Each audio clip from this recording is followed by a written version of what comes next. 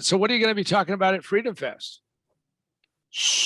Well, I'm very lazy. I've become very lazy. And as you may or may not know, Mark started Freedom Fest as a spin-off of the Era Society, which I ran in Aspen for 30 years. So I've gone to all the Freedom Fests for that reason. And in recent years, as I've become lazier, I'm less prone to want to give a speech, because you have to,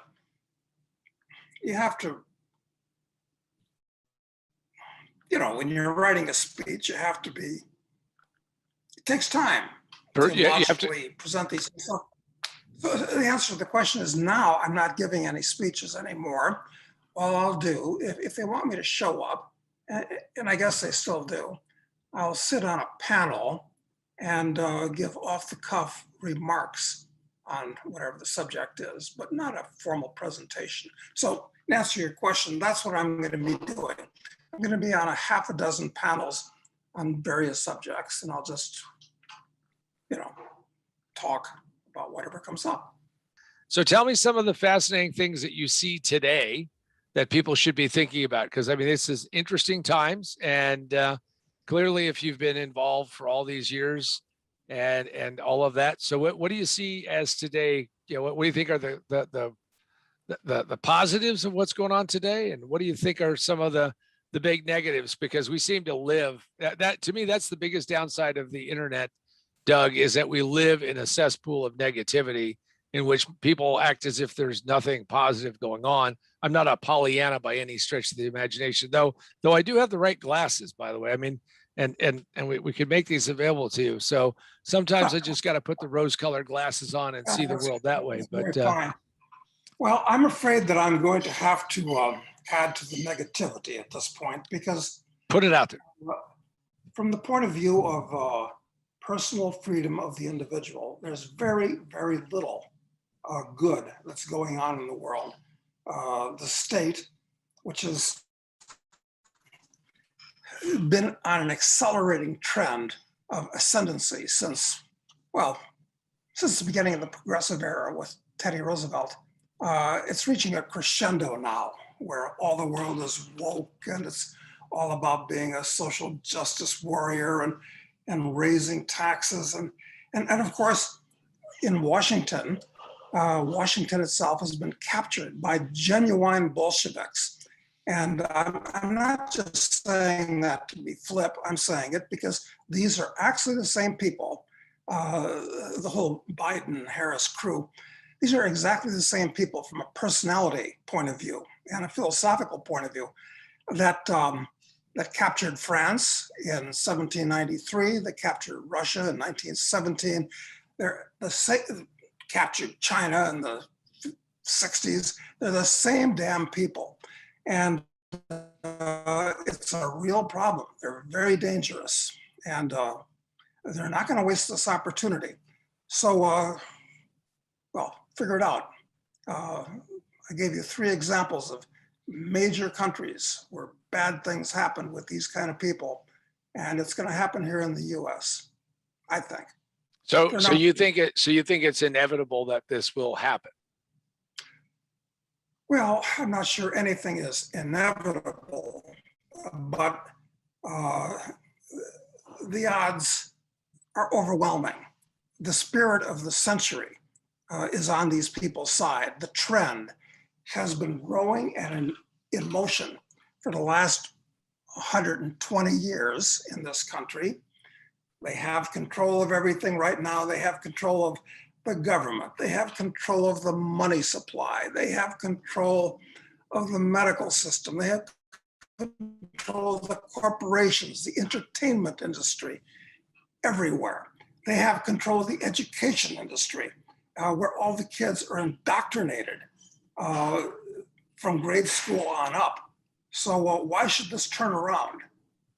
Trends in motion tend to stay in motion until they reach a crisis. And we're heading for a genuine world-class crisis. Now, when a crisis occurs, it's a question of okay, there's a change, but what does that mean? Does that mean that we're going to change into a complete police state? Possible. Or that there'll be some type of a counter-revolution? Unlikely at this point. So I'm kind of pessimistic. Yeah. I would mark you down, yes, on the pessimistic side. I would put you on that one. Well, I mean, there's good things happening. I mean, on the other hand, you want me to leaven this with a little bit of positivity? no, I can. well, again, I think that people need to speak, the truth about certain things. I think part of waking people up is to tell them how precarious at times things are. I mean, and of course, there's lots of what I call distractions that are going on right now.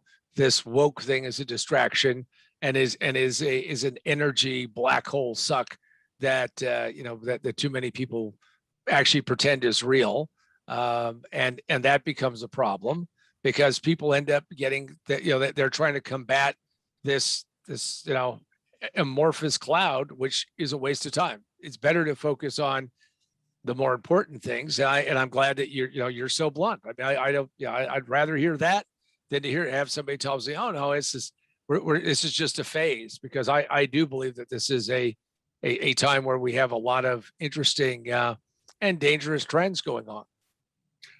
Well, I don't know how long this trend is going to continue before we reach the crisis or after the crisis, when it might accelerate as the whole West goes into collapse. I mean, Western civilization itself is falling apart, coming apart at the seams. But the good news is that if Ray Kurzweil is right, and I think he is, in 20 or 30 years, we'll reach the singularity where the whole world, because of things like nanotechnology and robotics and artificial intelligence and space exploration, biotech, many things like that, is going to change irrevocably and almost unrecognizably in some ways. And so freedom might get a real rebirth at that point, because technology has always been the friend of the common man, always, starting with anything but gunpowder, the printing press. These are all technological innovations that worked for the common guy and against the powers that be. So yeah, if we can last another 20 or 30 years, it'll all be fine, I guess. I just hope I last another 20 or 30 years, at which point I will trade in my walking corpse for, what do I want? Maybe I'll take Bruce Jenner's body just before he won the decathlon. That would be okay.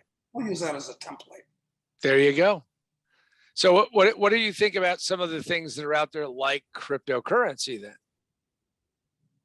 I'm all for cryptocurrency. Okay. I was a late adopter to it, but once I figured out, I mean, it has all the characteristics of a good money, the Aristotelian characteristics: durable, divisible, convenient, consistent. But I couldn't figure out what's the value proposition in it. And then I figured out it's as a transfer mechanism. It allows you to move money quickly and cheaply and privately. And in today's world, where currencies are all basically pieces of toilet paper, that's very important. So I was a late adopter, but it's been very, very good to me. And I'm a big supporter of it philosophically. And as a market proposition, I don't know. I'm not so sure at this point. But I mean, there's a lot beyond Bitcoin, of course. Sure. But it's, I've got friends that know much, much more about it than I do. And, they decide what I buy or sell. I mean, I don't pretend to be a tech jock on these things. I'm not.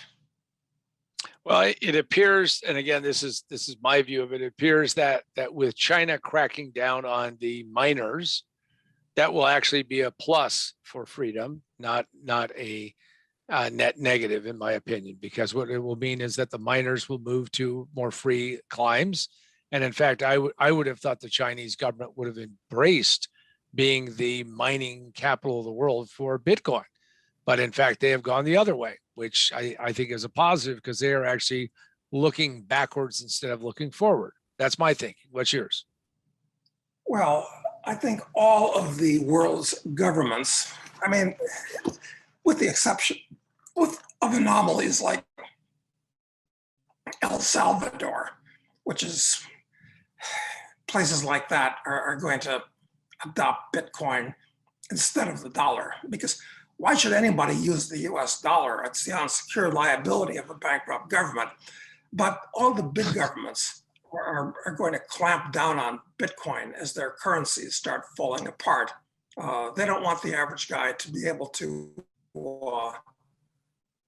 hide from what's happening to the currency. So I expect the biggest enemy of Bitcoin in the future not to be the Chinese government, but to be the US government.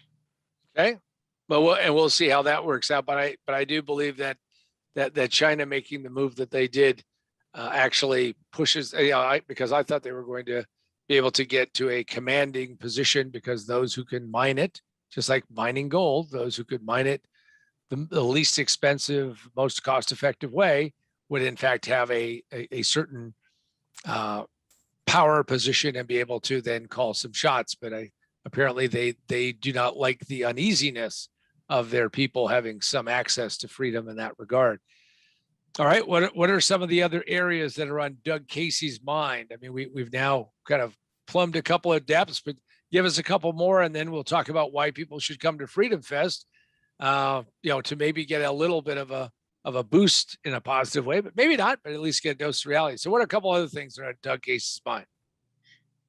Well, I think in view of the fact that the whole Western world is turning into a police state, and I think that's an accurate statement, it's very important that you diversify politically. There are huge financial risks in the world today, huge, gigantic financial risks, but the biggest risks are political, and therefore you have to diversify politically. And in that light, it's very important to have, if you can afford it, everybody should be able to afford it, you should have a crib outside of your home country. Okay. I mean, look, I've lived for years, mostly in South America.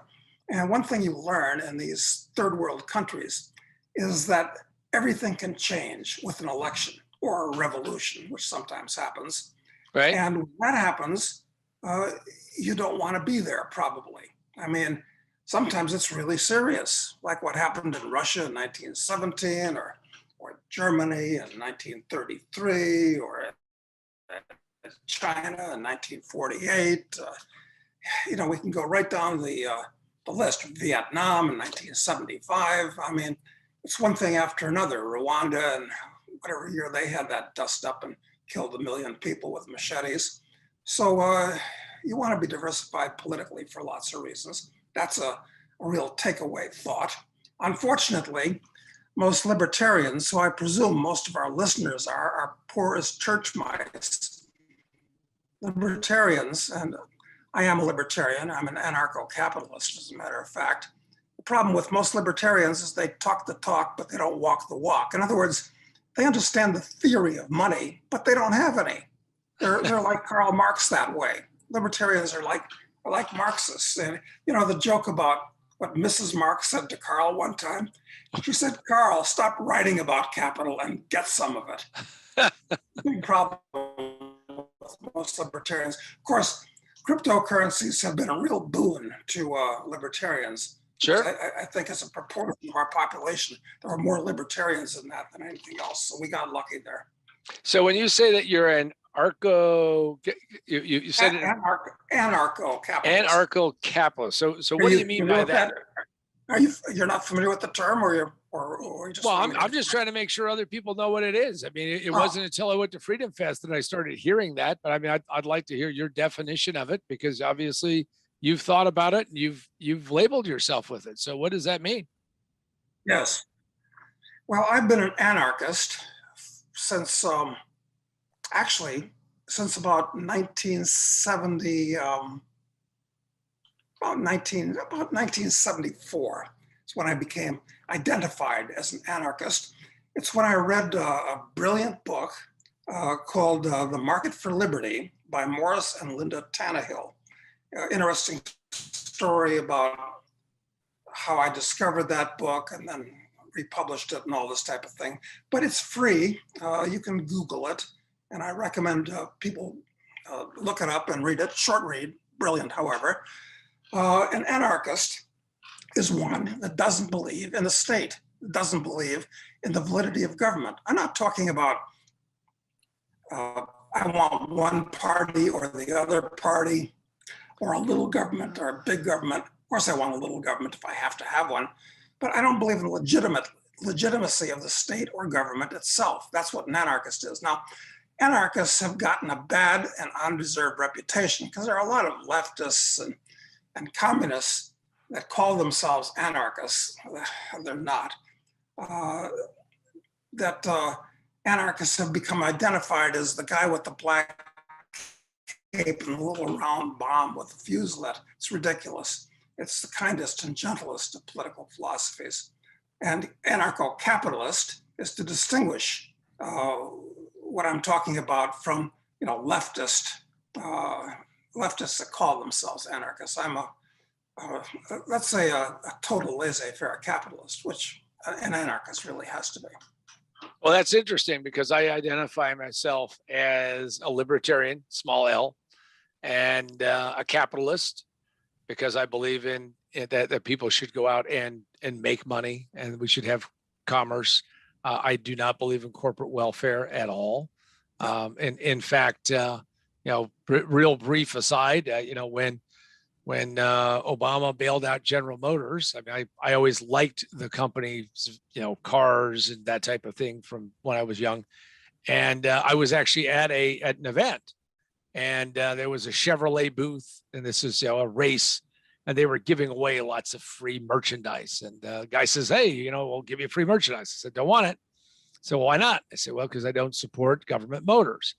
And the guy says, "Oh, okay." And then he comes over and he goes, I hear that a lot from about, probably about 20-30% of the people who won't take any of that. Now, to me, that, I just cannot believe that we want to support, government owning industry, because it's a bad idea. I mean, East Germans tried it, didn't work out too well. So anyway, so I'm a libertarian, I'm a capitalist, but then I'm also a hawk, which you and I may disagree on that, but I'm a hawk in the sense that if you're going to have a country, you should defend a country, but you should only defend it when you know precisely why and how and what you're going to do to defend it, but not all of these, we're going to make the world better by going over and shooting a bunch of people. So that's my self-identification, if you will. No, I understand. I agree with that. But of course, the US government is actually the biggest danger to everybody on the planet today. It's not the Chinese government, certainly not the Russian government. Actually, it's our own, I hate to put that in quotation marks, it's our own US government. Right. By far the greatest danger in the world. And in our US government, the biggest danger is the US military, the Pentagon, and the so-called intelligence community, which has to do with being a hawk. But there's nothing we can do about it. It's an engine that's totally out of control. These people, there's no way to rein these people in. If you try to seriously rein them in, the way Ron Paul used to talk about, if Ron had been elected by some quirk of fate, he would have gotten a sit down by a bunch of generals and admirals and heads of Praetorian agencies that would have told him, here's how we do things. And if he didn't, they would have killed him. That's the way it works today, actually. So no, it's not. Nothing's going to change until the U.S. government actually blows itself up, disintegrates. Well, if you're hoping for that, the current administration chasing trillions and trillions of dollars in foolish spending will, I believe, accelerate that to a very large extent, because they are just burning through money like there's no tomorrow, with no prayer of this thing. I mean, and what they, it won't start with killing, I believe, the government. It will start by killing companies and organizations. And I, if you want, I'll give you my theory. So the whole electric car canard, is that with all of the subsidies that we've given to all of these guys, Elon Musk in particular, nobody's making money selling those cars. And it's less than 2% of the market. And we don't have an infrastructure to support it. But of course, we have governors, we have, the feds want to ban internal combustion engines by a certain point in time. Now, all of these companies are spending billions globally, billions, billions, billions. What happens when that, right now, probably $500 to $800 billion of private capital goes up in flames and doesn't work? I mean, those people are all broke. And on top of which, if you actually learn how to build electric cars, you're going to need 1/3, 1/2, 1/6 of the workers that you have today. What happens to that base that counts on those $70 an hour jobs to bolt together those cars? So I believe that will be one of those loose teeth, if you will, that falls out, because I think they're going to blow it up. I don't think it's going to work. Okay. Well, I've been a car guy my whole life, ex-hot rodder, and always had high performance cars my whole life. Yep. As far as electric cars are concerned, I do think they are the wave of the future for lots of strictly technical reasons. And don't worry about them getting charged. The market will take care of that if there's enough demand. But the problem, of course, is always the state picking favorites. And that's what I disapprove of. You mentioned Elon Musk. Out of the techno billionaires out there, I think he's the only decent guy in the group, actually, despite the fact that he's been slopping at the state's trough. He's actually a technological genius who's done things. He's like Thomas Edison on steroids, actually. Instead of many, many bright projects, he's got just a few projects of genius. The problem is the state, not the technology when it comes to electric cars or anything like that. Well, and I'll give you that the electric cars are very cool. We have an energy density problem. If you're into cars, it's an energy density problem. A gallon of gasoline has an enormous amount of BTUs. So we have that issue. Okay, I believe that the market could solve this. There won't be a solution. I don't know if you know this, that many states in the United States, if you go to charge your electric car now, private industry, you go to charge your car, they cannot charge you per kilowatt hour, which is the measurement that is in fact correct. They have to charge you by the minute. And that is because of regulation, very intertwined regulation, which gets into how people can resell energy.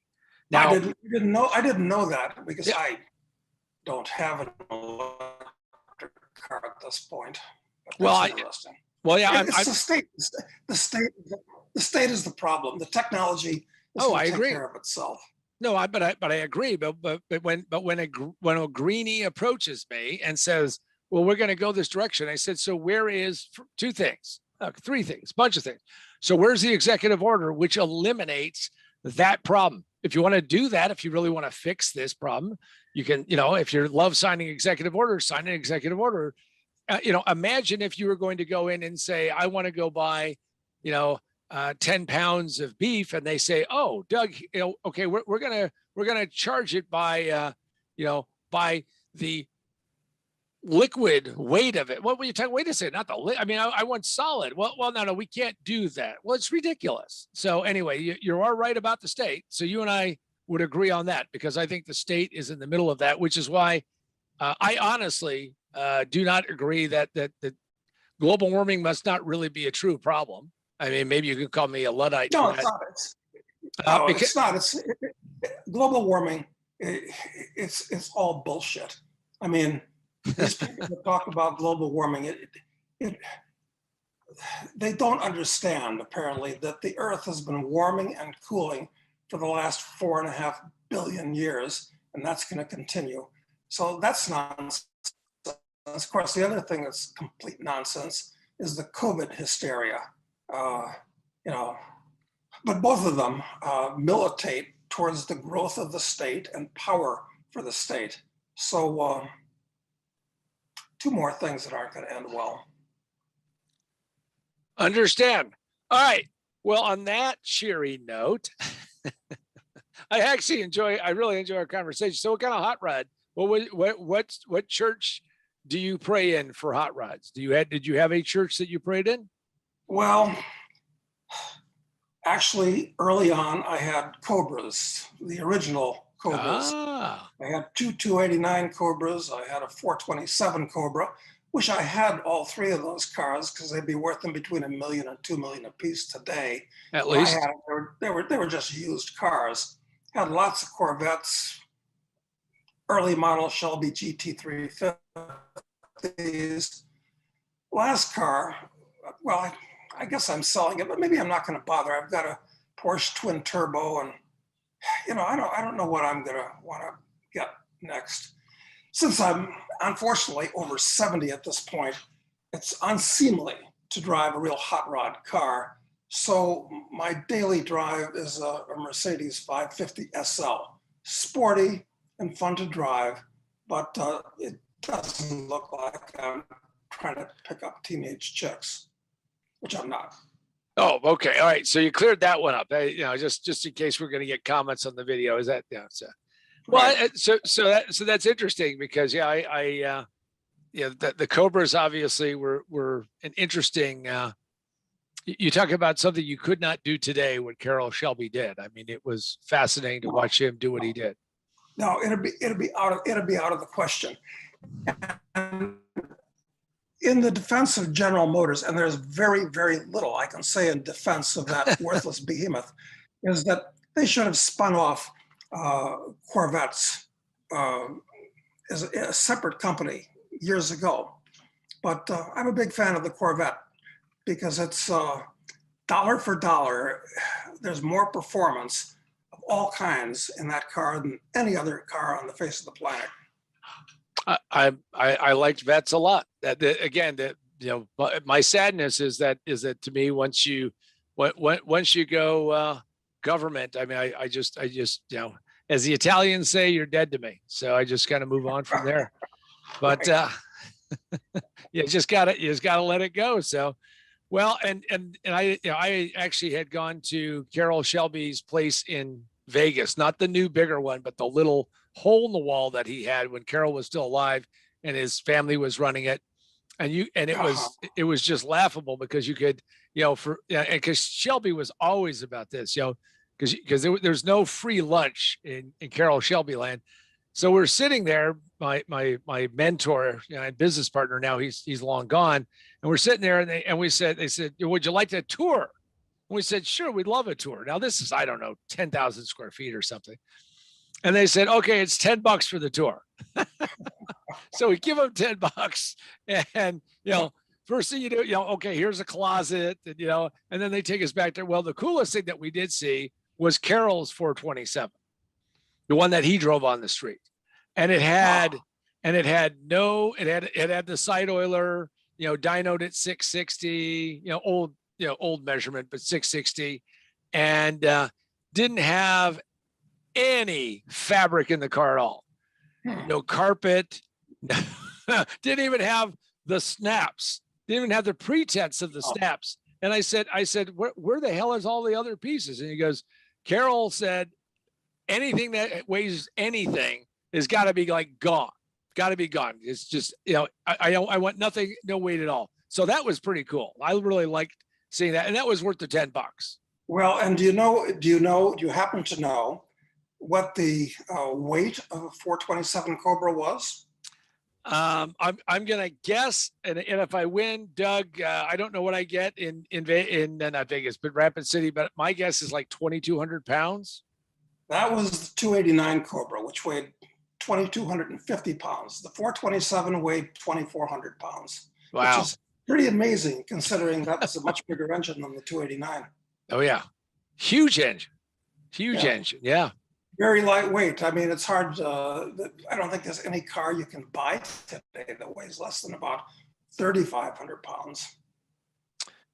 Yeah. Oh yeah. No. And yeah, it's a wonderful example of how we've had 2 or 3 different set of requirements and regulations that hurt each other. I mean, if you want to, the best thing that Elon could do, again, my statement about Elon Musk is that I just don't like my tax dollars supporting him. Okay. I mean, and I think the guy is a genius, and he's a genius at taking money out of the governments of the world. I mean, the fact that he has shaken down the state of California, he shook down Texas, he shook down the Germans and the Chinese. I mean, gotta love that part of it. So I mean, what he wants to do is accomplish his ends. Sure. And so if a big stupid government or two will give him free money, he'll take it. So, I mean, if the U.S. government said, "Here, you want $1 billion to me?" Yeah, I know it's stolen money, but sure, I'd take it. Yeah, give me the money. Well, I like the honesty, Doc. I mean, again, I'm not saying I wouldn't do it. I'm just saying, the thing I just find interesting about Elon Musk, when people tell me, not yourself, but other people who don't know much about the story about how much he has sidled up to the trough, and tell me, oh, he is, he's all in it for this. And I'm like, the guy is just basically taking the government money, which works, and it works well. So it's true of all the tech billionaires, though. I mean, this is true of all of them. They're all totally integrated and meshed with the government today. So a pox upon all of them from that point of view. Well, and I view Musk in some ways as the carry on of a guy like Steve Jobs, because I think that Steve Jobs had a certain magic to him that it was very rare in that regard.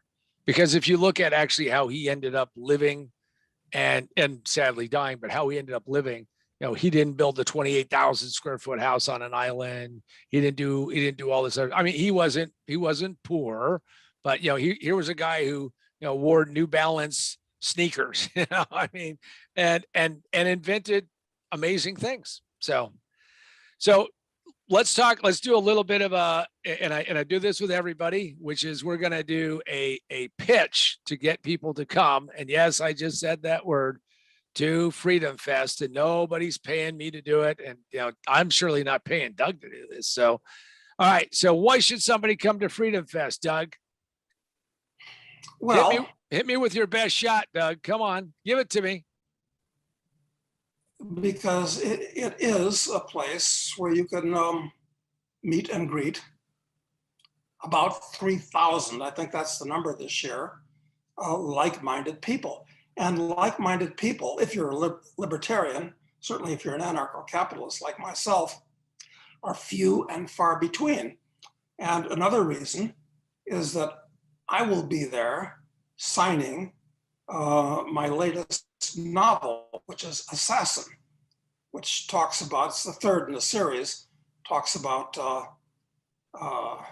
it defends the idea of political assassination. So that's why I put it in a novel as opposed to a nonfiction book. So you can get a copy of it. It's an excellent book, and I will be happy to autograph it. That's a good reason to come to FreedomFest.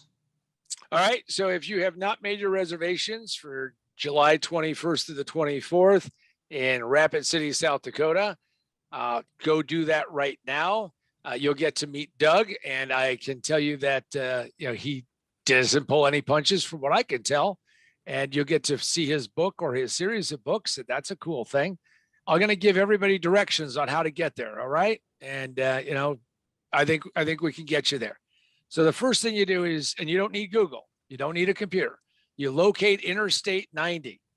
And if you cannot locate Interstate 90 and you live in the United States, then what you need to do is go find your fourth grade teacher and ask for a refund, because the interstate highway system is simple.